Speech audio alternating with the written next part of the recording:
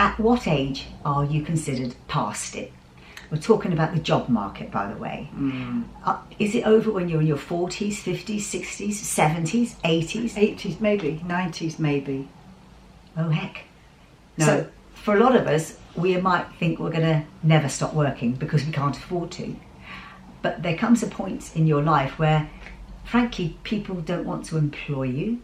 Could be all kinds of reasons why not. But we've got two very different stories to tell about how we change things.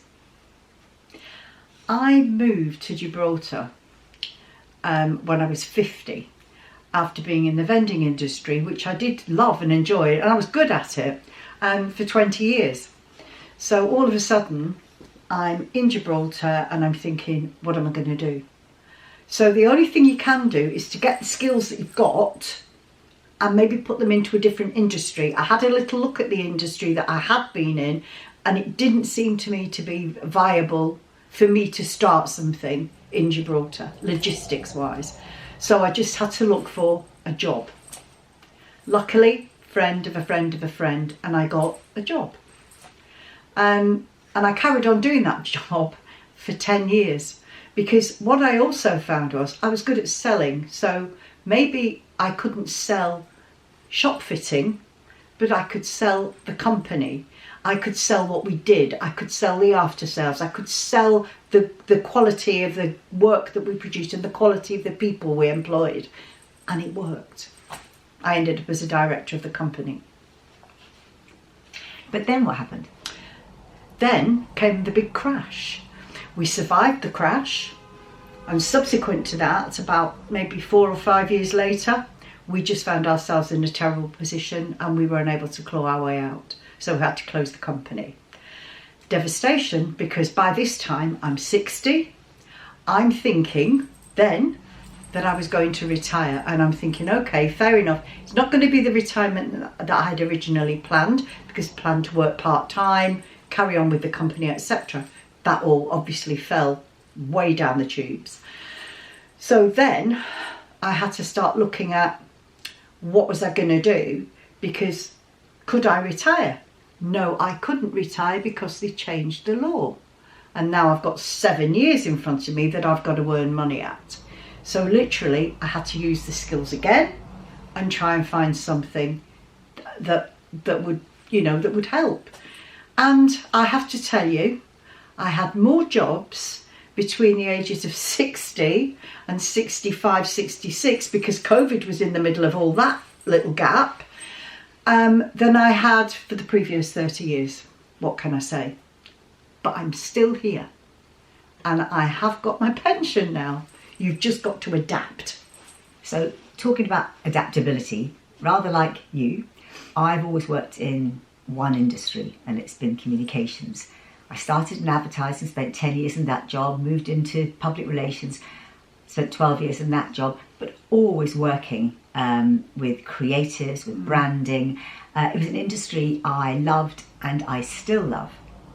In 2009, I'd left my company where I'd been the managing director, and I was looking for something else in the same industry, but literally I was 53 and I couldn't get arrested.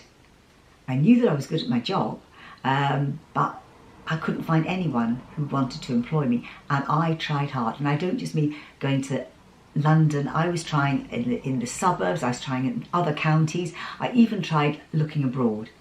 Nothing at all. I was close to despair because obviously I needed to earn money, and then I thought I'm just going to have to do it on my own. So I actually started my own business in 2009, and I just put, as they say, the feelers out, sent some emails to people, and just by chance I met with someone that I knew who said, oh, I'm looking for someone to help me do this. One thing led to another, and he started another business, so I was able to help him there, doing public relations. But then things changed where he wanted more design. Again, by chance, I've been introduced to a designer in Colchester. We got on instantly, and we found that it was a really good working relationship. We joined forces, and we were able then to offer a branding and design service to my existing client, which then grew into more clients. So now we almost work exclusively on branding, but I still write. And writing's been my way of being commercially viable. So even though I was distraught not being able to get back into the agency world, which I loved, it was actually the best thing that could have happened to me. Not because of the money, because obviously when you work in a corporate environment, you are so secure. They've got everything covered.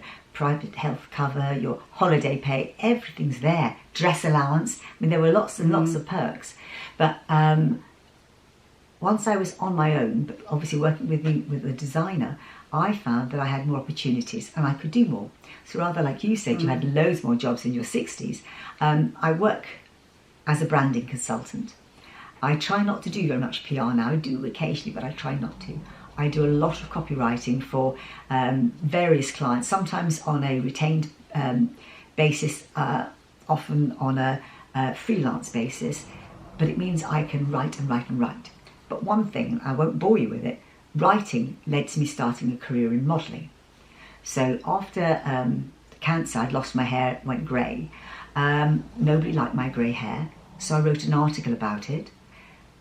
They printed a picture of me, someone saw the picture and offered me a modelling job. She was looking fabulous, I have to say. Well, I liked my grey hair, I did.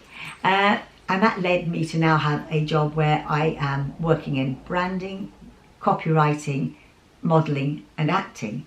And as much as I want to say life's boring, it isn't. No. It's things, and I'm 69.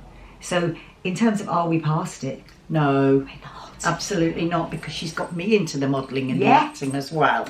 So we've done a couple of things together, which has been fabulous.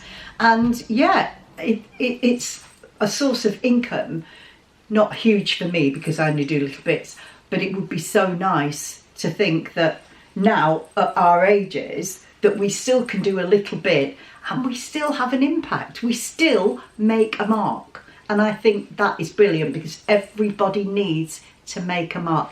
Doesn't matter how big or how small, you need to make a mark. If you're feeling that life is impossible, please don't give up hope. Never. Please don't. Never. Because great things can happen, but Yeah. you do have to do something for yourself. It's not going to land in your lap. You've got to pick up your bootstraps like Sharon did. She couldn't find it. She made it happen. And it is one of those things. I was lucky retirement fell for me. My son was grown up. He was away with his lovely wife and my 2 grandchildren. I didn't have to provide for anyone. Sharon had to provide for 3 children through university. Come on. So you've got to pull up your bootstraps, and that's what she did. And 20 years on, she's still doing it. I am. But the other thing is, I don't want to retire. I really like working. I like the variety. Retirement's never even been in my head. I always wanted to retire. Always. From as soon as I saw 60, I was on a beach. I was on a beach. I was in heaven. But to be fair, it didn't work out that way. But I'm still here and I'm having a ball. An absolute ball. We're not past it. No, Nor are you. carry on. Make it happen.